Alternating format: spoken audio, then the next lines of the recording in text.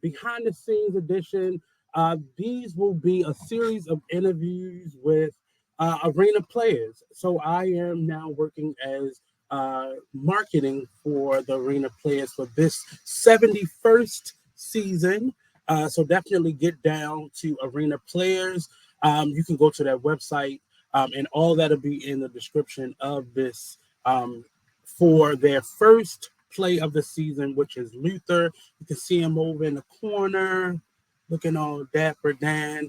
But we will be doing for this week a series of interviews and snippets from behind the scenes of building Luther, a play that Arena Player has done several times, starring Mr. TAMBA, Mr. Music Extraordinaire himself.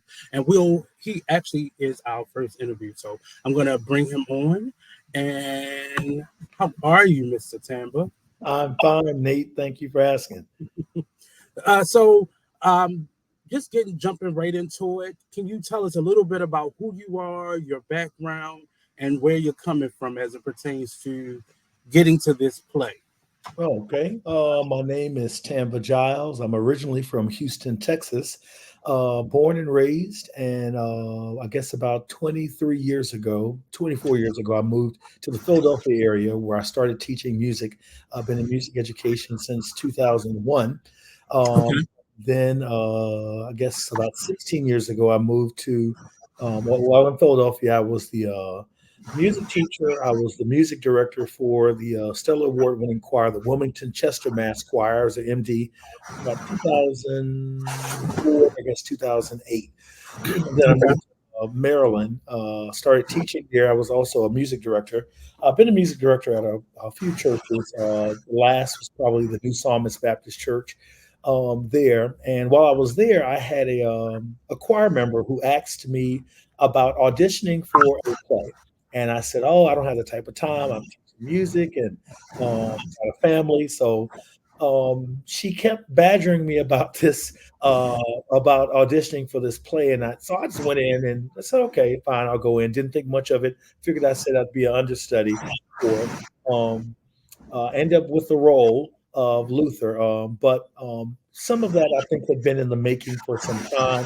My mother was an actress growing up, had done a lot of plays, and so I had seen her do acting in Black theater in Houston at the Ensemble Theater. So I was familiar with that. I had done some musical things. I've been a musician, I've been a singer, I've been a writer for the Thomas Dorsey Convention. So most of my life has been revolved around music in some sort. When it came to the arena players, my first introduction to the arena players, my wife had bought me some tickets to see a play. She knows that I'm a big fan of Black theater. So when I moved to Maryland, I said, "Oh, are there any Black theaters or Black, arts type of thing in Baltimore?" So I went to visit a play there. That was my first time. Had no idea I would come back full circle and be auditioning at the same place. Which got me to doing the play Luther. I thought I was going to come as an understudy because I had not done any formal acting. I really zero. I thought I was just going to I said, let me learn the songs and kind of left it at that. Had no idea. I think we've done over 40 shows. I want to say like 43 or 47 runs of that show. And so let's say I'm a musician, I'm a singer, actor. I started directing after my acting experience, directing a play at the Arena Players Theater. So I'm really grateful for the opportunities that the city of Baltimore and Maryland and DMV area has allowed me. So I'm grateful. So this play was conceived by the one and only legendary Mr. Randy. He is definitely a staple and has been for a number of years at Arena Players and in the arts community here, theater community here in Baltimore. And I remember when they first did the first one, they were looking for a Luther. And I was in that space of being asked, and I was like, if this is a pantomime or lip singing version of that, I can definitely do it. But when they said they found someone, I still hadn't met you. And I don't know if you recall, I came on as a backup dancer. That's right. And with Miss Mary Andrea. Yes. And I remember the first rehearsal we came because we rehearsed separately from you all. And I met you, real nice guy. But I was like, I need to hear him sing because I'm a Luther. As you can see, I love music. Yes. And I'm a Lutherite. I'm a Luther follower. It's almost my religion. I love him that much as a singer. And I was just waiting, doing my little steps and just waiting to hear you come out and sing.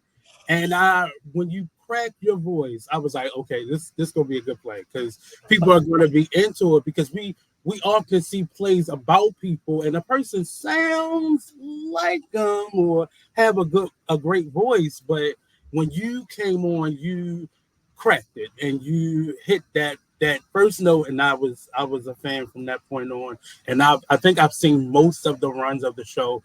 I didn't get to see that one because we were in it, but I remember seeing the subsequent performances from the other seasons, and I absolutely loved it. And your performance was very spot on because you have a way of just welcoming everybody. And I just remember everyone loving you and just being enthralled. One, because you sound very close to him, but also because you just have that warm personality that we got to see from him as a star.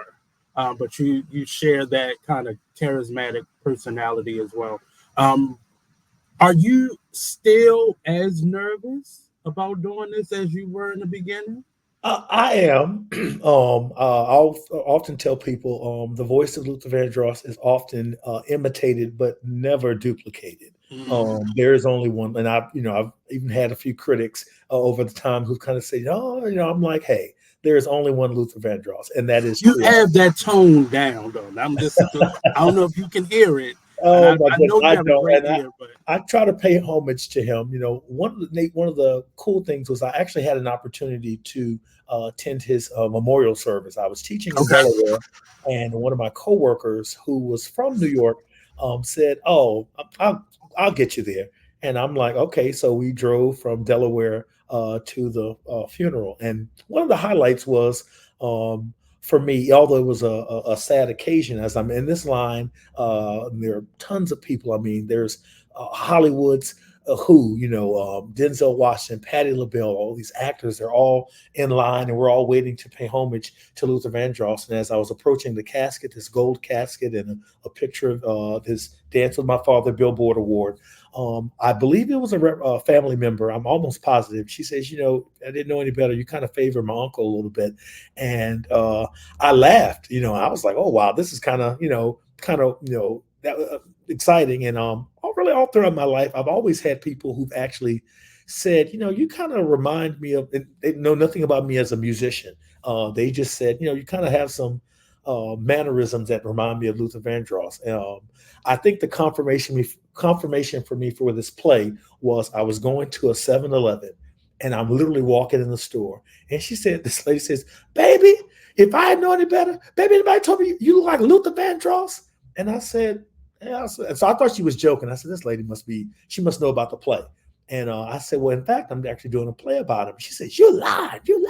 So I'm falling out, and I handed her the flyer, and it was just so those it's like those were those I call them those God moments where it's like those are confirmations that I was was doing what I was supposed to be doing. And what a great honor to pay tribute to such a great musician, Luther Vandross. So like I said, often imitated, never duplicated.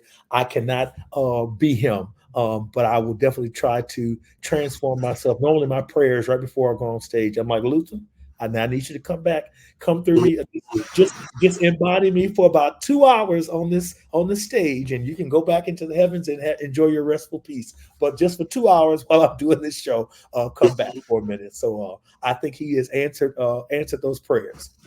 And this play is in line with a style of theater called a jukebox play, and it's typically in memory of or a tribute to or the story of an individual of musical background or someone in that art or entertainment business. And I love the idea of arena players because there's so much history.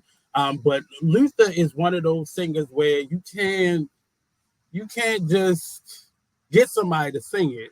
You really have to find someone who is in line and in tune. And I definitely, again, feel like you are.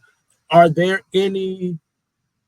I mean, were you a fan of Luther prior to this? I know coming from the gospel world, but that's still R&B and gospel versus. Absolutely. My mom was a diehard Luther fan. She played Luther in the house religiously. She went to Luther's concert. I remember I was probably about maybe about 10 or 11, and she Mhm. came back and she just talked about Luther and the singers and the dressers and the dresses and the costumes and the lighting. Mhm. It was, he had done it in Houston at a theater that was like a round theater. So, he's turning around. Mhm. My mom was just, she talked about it. That album played, and I'm saying album, not CDs, that album, That that album. that purple album, Luther Vandross, Best of Luther Is hits. that the House one? is at home. Yes, yes. That one, I think it's right there. You can see a little bit. Yes, yes. There you go. So that exactly, that's the one. And my mom played that religiously. So I knew of the songs. I'll be honest with you. I was one of those singers where I knew bits and pieces of it. So it was quite a bit of work. People made the assumption that because well, you sing, it'll be easy. That was really challenging because I think there were 10 or 11 songs, and I knew at the songs. I don't think I ever really, and not just to sing the song in my own interpretation, but to try to really capture his nuances and his voice that Mhm. that make people, would give people that nostalgic moment. Because that my goal was to recreate those nostalgic moments as my mom had gone to see Luther, to recreate those moments. And so that was a challenge Yeah. on top of the lines because it's one thing to sing, it's one thing to act. I didn't realize how much work is into acting. And that's I learned a lot of new skills and was extremely nervous. Then I've been doing some of the songs over the years, but yeah, definitely it's a lot of work. And singing his music, he is from that generation where you had to be a singer. And there was some not so good singers, but you still had to have that ability to sing and capture people and be a performer.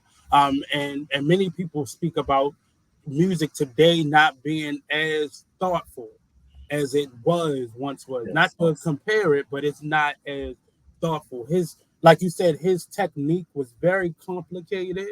I just watched an interview with Dionne Warwick, and she mentioned he covered her song, and she now thinks of that song as the standard beyond hers Mm, because he would take a song, and many people don't realize he did a lot of remix of songs, but they were so he like Whitney, he would take a song and Aretha and that trio, they would mhm. take a song and it was no longer yours. And that Exactly. came from a space of him being very unique and talented in his own way. How much of his music are you kind of studying? I'm sure throughout 40 some runs you've had to tap into the study of Luther. What have you learned musically and just interesting fact about Luther? I think one of the things I think with Luther Vandross that you can definitely say is um, his technique. No two runs are ever the same. If he repeated a line like "so amazing," he would. There was certain things he'd do the first round of it that was different from the second time, and so I would. I've had to study that.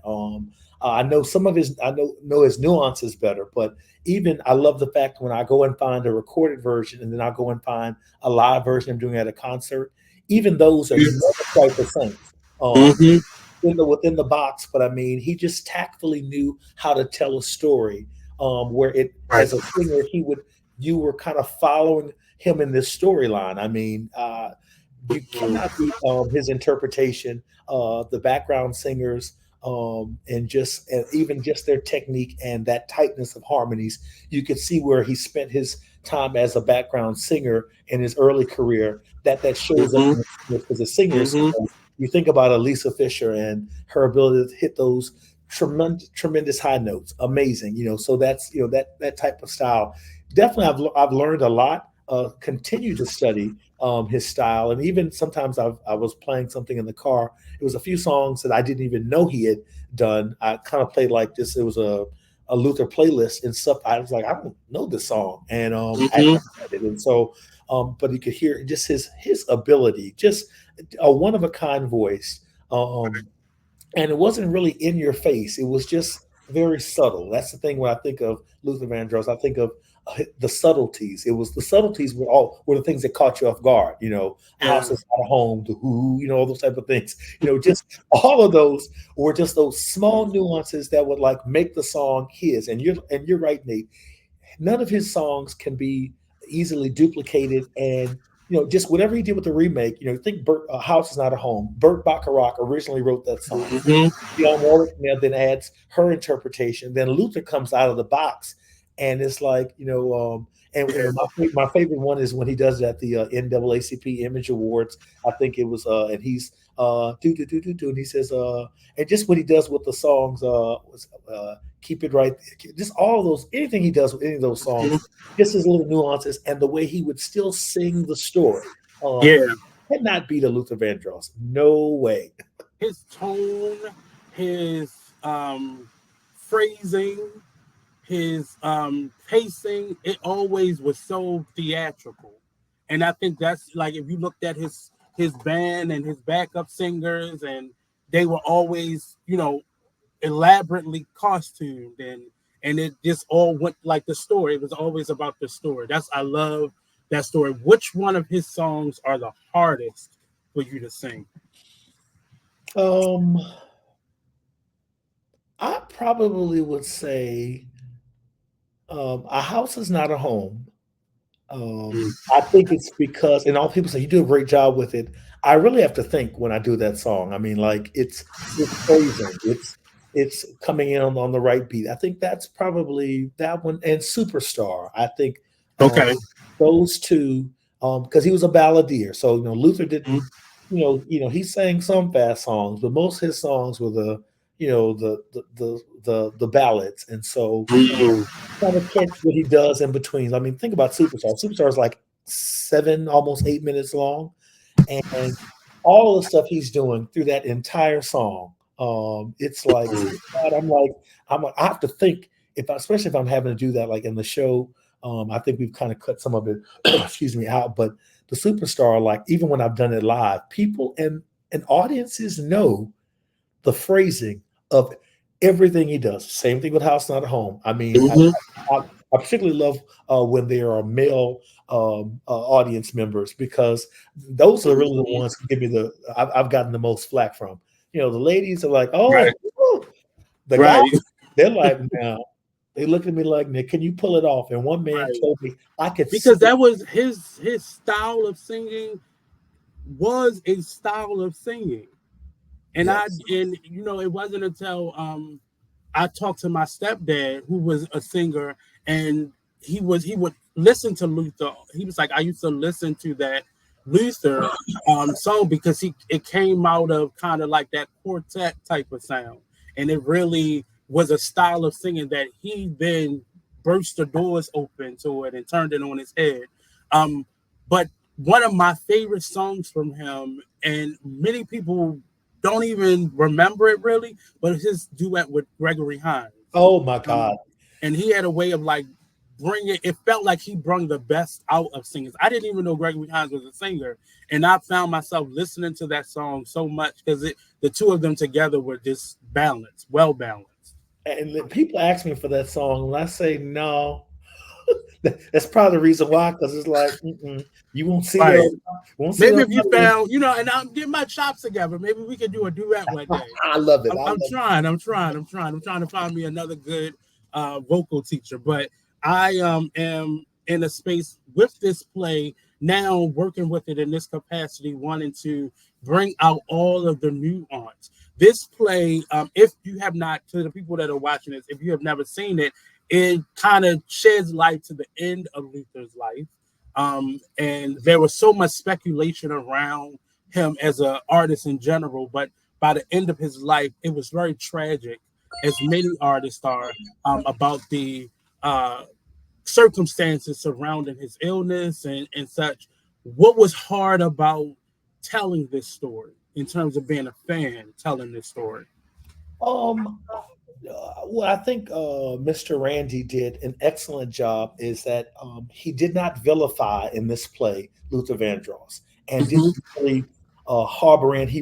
It's this play has such a high level of spiritualness about it. It really it's more of it's someone who it's taken from a place of a love for Luther. I think what made it difficult for me was to understand his sickness, and his struggles Mm. with weight, his struggles with relationships and finding true love. Or even disclosing, just of anyone that he loved. I think the play really brought that out for me. I mean, and I In really a had tasteful way. in a tasteful way. And what love about this play is that Mr. Randy made sure a lot of most, if not all, of the lines that are in that Luther states are things that he actually said. So it's not a. These are things that that kind of really tried to make sure you said it in. And not even for me, I'm trying to make sure I say it in the tone and texture that Luther would do. He wasn't a, you know, he was a person who could read you, but read you with just a few words. He was very. Mhm. I learned about him. I was like, okay. I said, A okay, very old school reader. Yes, exactly. yes, yes. And not to a point where it's like in your face. You was like, okay, did I just get cut? Mhm. Am I bleeding? Yeah, I just got cut by Luther I Vandross. feel hurt, but I don't see it. Right. It really it sheds light on his relationship with his mom, who is your Yes. the through line of the story. His relationship with his mom, and then you see various characters. We're not going to tell so much, but you see various um, characters from his life, women specifically from his life that appear, and you see kind of like the relationships he had. I'm always waiting for Patty LaBella and Dion to come out, but they never do. That's not a but I just it was very telling how many people Mhm. loved him, and we get to see glimpses of that. But most importantly, that relationship with his music and that relationship with his mom. And one of the things that I learned, I was today years old when I found out at the last rehearsal, like all his siblings died in similar ways. His dad died in a similar way or the same way. Yep. So that was a very tragic part of the story as well. But you hear so much information that we never got to see from him. But I really was really happy to see that relationship with his mom. I'm a mama's boy, a Mhm. grandmama's boy, so I appreciated that aspect, and I think that was what the world saw him as, Yes. really loving his mother. Yes. It definitely that's the word I was trying to say. This play humanizes Luther Vandross. So, and I think Mhm. the thing that I took away. I was like, even a few of the lines were very. I could feel I mean, literally could feel the emotions in the lines. Particularly conversation with his mother. I mean, I even without telling too much of the story. I love. There's a duet that Luther and the mom do that takes a love song but kind of puts a different spin on it. It's like, okay, I never thought of that song in that type of way. So it just yeah, definitely. But that was his music, though. Like his music, I think, with the exception of maybe a couple songs that specifically talk about romantic love or just the "Dance with My Father" song. But most of his songs were, you know, very unclear as to who he was talking to, and can be used for any type of relationship you might Yes. be in. And Mhm. that's why I loved his music. He had a Luther and you have a tone in your voice that provokes tears. And I'm sure you've heard that before. And it's probably why you're asked to sing all around the globe, probably. But it is a tone, especially that Dance with My Father song. It hits you in a way that is just, I can't even watch the video anymore because you see all the glimpses of these celebrities with their parent or their dad. And it just really, I can't watch it. It's That's very hard for me to watch him perform. that's a tough song for me to sing in the play. I think every time it's funny every time I've done that show and we get Mhm. to dance with my father, I am like, why am I literally crying on this stage? I cannot get the song out. I'm like, okay, it's a play. Yeah. And all the times that I've seen the play and you singing that song, it is nearly quiet. A pin could fall and you could hear it because people are dead silent once you start singing a song because it's one of the last ones we've heard from him, Yeah. but it also is very reminiscent of him. Like, and then now to learn his love of his father was as strong as his love Mhm. of his mom, Yes. and it's sad to see that they passed away in the same way. Like that's the heartfelt part, and people don't know that. And I'm glad that type of information is filtered in this because we don't even think about him having siblings. We never Right. thought about that. We know that that's for our father's song, but he typically didn't talk about his dad a lot in his life. But that song kind of nailed that relationship, and it was great to still hear a lot of artists speak about him. When I watched that Dionne Warwick or Patti LaBelle or Gladys Knight talk about him, is in such admiration. He was his own type of character, like many of the artists, but his talent alone and what he did for people overshadowed how certain people may have felt about him. Right. I think that's what is. I think makes this character very true for me. I mean, I'm a big guy. I've struggled with weight, Mm-hmm. and so I could align with that. Right. I could align with kind of being like one of those kids who were really talented musically growing up, and just kind of. So I think that's what made this play more closer to home for me. There are many lines where I'm like, oh, even health awareness, struggle with diabetes. For my life personally, right after that play was done in 2016, I was diagnosed with diabetes. Did not know I had it. It's funny, Mm-hmm. I'm putting all these lines in the play that kind of were triggers, not Mm-hmm. knowing what they say when art becomes life in some ways. Mm-hmm. Literally, that was my situation.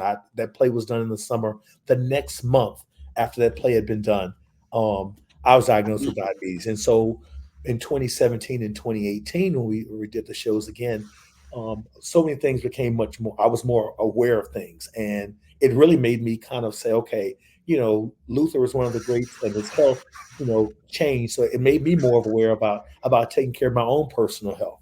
So those are that was the existential things that happened with this play that really helped me after that. And even to this day, I am conscious as an artist about my health and being aware. Just because Mm-hmm. I did this play, it was like, okay, think about this great person that you admire and how he struggled, up weight, going up and going down. So Right. that was Because we often look at those celebrities as if they have all the money in the world, they can, but a lot of his demons were the fuel for that. Diabetes is not the problem. It is a reflection of, you know, the after effects of the problem, yeah, or the visual component of the problem, and that just it really doesn't take you away from it. Especially when we are black people, we eat to celebrate, we eat to cry, we eat, but that was a very tragic story, but it's something that is personal to people. So I appreciated Randy not scaring away the whole health, because a big component of his play, you're dealing with his doctors, and it's at that pinnacle of his health decline that we see this play. That's kind of the perspective of it, but it's definitely, I think, very vital, especially for black men. yes, And typically for this, they'll find. I've seen plays like this where they find a slimmer, you know, guy to play it who can just sing very well, but you know, the reality of what this story is in his life, like we have to fix a lot of the things about ourselves that we don't like, or tragedy or struggles that we've gone through in order to get over to the other side. I watched a similar interview with Patti LaBelle, and that was her story. She had the exact opposite. She's the one that survived, uh, mhm, having the same diagnosis of diabetes, but it was, people thought this because she had money, she could just buy doctors, and she learned, no, I had to get rid of some stuff and get through some stuff in order to be healthier and to, live. Like, she's in her 80s now. But right, I love this story of his life. And I love watching you perform it every time. I think I've seen almost every iteration of it. Wow. What are you bringing new to this performance? Oh well, I think I'm bringing a little bit more experience than I had, 7 or 8 years ago. Um, Okay. Oh wow, that's oh and time is people don't flying. realize that's I there's some things I'm having to that's that experience because who I was then, and I'm in some ways I kind of want to use some of that because I was very naive in theater. So Mm-hmm. I'm grateful for there was a of course his stage name is Artardus Jenkins, but who was a big help for me. I remember I felt so insecure doing Mm-hmm. this play the first I was because I didn't have a true theater background other than my mom's experiences and watching her. Outside of Mm-hmm. that was it, and so I was very insecure about this doing this play, and then just to know that still some 7, 8 years later, people are still when the play ended, people were still asking me to do Luther performances, just singing his music. I would have Mm-hmm. never dreamed that would happen. That wasn't even anything I even thought about in life. And the fact that I'm still doing concerts during the pandemic, I did more concerts on Zoom where I kind Mm-hmm. of had backgrounds of a Luther background, and people were legit entertained. I think this on Zoom alone, I think I did like 54 like Luther Mm. You parties. better work during the pandemic, boy. Listen, I'm telling you, I'm like, what?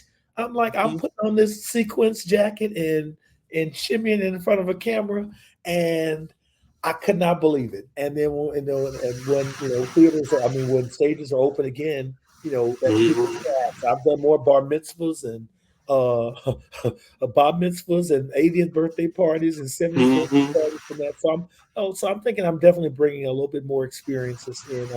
A different perspective. I'm Mm-hmm. 7 years, 8 years older than I was when I started this place, so I think I aligned more with Luther and his age at the time, and so the time of his passing. So I kind of bring that with me, and so I'm hoping to bring that onto the stage and Mm-hmm. really bring that.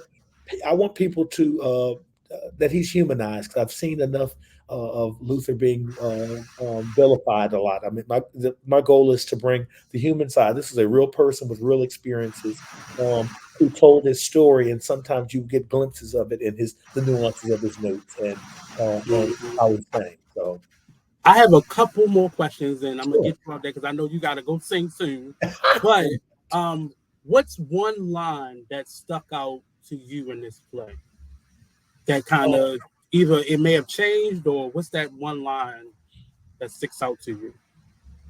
I think there's a scene where he's asked by reporters about his weight and his love life, and Mm-hmm. um, and I love Luther's tone and the way he kind of because there's he's literally stops and says it's none of your Mm-hmm. business, and I really like that. I don't know why I like that line. That's one of the lines that sticks. Say it one more time. He kind of says it's none of your damn business. Literally, is what he's just he doesn't cuss all the way. Kind of says I love that line for some reason. I think it Mm-hmm. alluded to that as nice as he was, and maybe as and as what a great entertainer he was about Right. his business, and I think that line sticks with me. Um, um, and I think there's another line. It's hard for me to say what particular line. Mm-hmm. There's a lot of them. Um, but I think it's that one, and then there's a scene where he talks about. He says, "What's said about you as a kid can affect you when you grow up." That's another Mm-hmm. line that sticks with me because he's talking about how he couldn't be the face for the group. That he The did choir. he did all this organizing, but he could never be the face because of his size, things like that. He didn't fit the mold of what Hollywood was looking for. I don't know why that sticks. Well, I do know why, because I'm a big guy, and I've probably even had some of those type of things where it's like, oh, people will judge you because they see your size and not really know Right. your story. And I think that's what sticks with me. That particular line. So Uh, I got two more questions. The second question is, can you speak on um, your relationship or your connection with Randy? the creator of this play? Mr. Randy, when I tell you, just a phenomenal person. He really coached me into uh, this uh, this role. I was very, very, extremely uncomfortable doing this play. It was the songs, and then at that time I was working as a full time church music director. So then I was worried about okay, you've got the super saints and their opinions, and they're not, he's singing Sunday morning music, and then he's singing secular music on Saturday nights and Sunday evenings, getting the people all warm. I th- I think you muted a little bit. I can't hear you, Nate. No, I was saying he was one of those artists that got away with it, though. Yes. Hmm. So, but Mr. Randy really got me to coach me through it, and he's just such a great director because he was willing to take even advice. Like I think we even added a couple of lines. I said, Mr. Randy, because his compassion for humanizing Luther Vandross made me go and read books and made me go and look at old interviews, and so I appreciate his ability to allow us to kind of be creative as actors to kind of say, what, I think I hear this, and he said, he at least give you the option that he listened to it. Hmm. Excellent person, and I've done several shows with him. I have an allegiance to Mr. Randy because he gave me this opportunity that has really transformed my life. This play, I don't think there's anywhere that I don't go where someone does not say, "Oh, you're the guy that did this," or "I've been in a church scene or at the church. I've been in a church service," and someone says, "Oh, I think I heard a little Luther in there." I'm like, I always go back to Mr. Randy. I'm like, okay, you caused this, but I'm grateful for him. He's just such a great director, and his history with bringing great productions I had seen prior to Luther was Rose for Phyllis, was the tribute he did. Flowers for Phyllis. Hmm. Flowers for Phyllis that he did Hmm. about Phyllis Hyman. So he has a great way. I love the way his writing for this play was just great. I mean, just as a understanding how people interpreting text and certain things he does to kind of bring you into the next Hmm. scene. It's really masterfully done. I've always said this play has the potential to be a Broadway production, and what my commitment is that I would love to see that for Mr. Randy. That this play really takes it to the takes it to the next level, that it is heard by the world. I know it created quite a buzz here in Baltimore, and then I'm hoping that it continues because he did a wonderful job in writing this production. And lastly, where do you see yourself? I know that's a vision of yours in terms of taking this play and moving it forward, but as an artist, one, because I remember you saying repeatedly that first time, I don't know how y'all do this all the time. Like I heard you say that so many times, but you were doing it, and as an actor who can act like I can sing, that's the envy we always have with each other. Like I wish I could do that, but you were doing it, and you did it so well because your commitment to it was always in line with who you were. It wasn't like you were doing something that was totally different. We didn't put you on a tennis court or bowling, but it really just, you were in your lane and you are in your lane. And the more you do this and stay committed to it, there are endless possibilities for it, as you already have seen. Like that one play has taken you all the way around this. A friend of mine, you were at one of my friends' karaoke, and she was filming you. She's like, you gotta hear this guy. And I'm hearing the voice before I even saw the video. She was going live. And I was like, oh, I know who that is. That's TAMBA. He's doing what he's doing. But you were singing, and it wasn't even a Luther song, I don't believe. But you were singing, and I was like, oh, he got this. He good. I know him. But it just, you have a charismatic personality that's just infectious, and if you match that with your consistency, it's nothing that you can do. Like you've gotten over the biggest hurdle, and that's learning lines. Once you get over that, you good.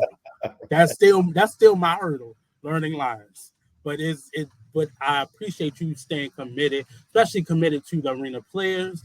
in your craft as a musician and a singer, because some people, and we're living in a space where it's hard to stay in love with being an artist. It's very hard because times have gotten harder, and sometimes you have to choose. Like, you have a 9 to 5, but you do this for the love of it. But stay committed and just stay sticking there, and it will take you wherever you wanted to go, as you already have seen.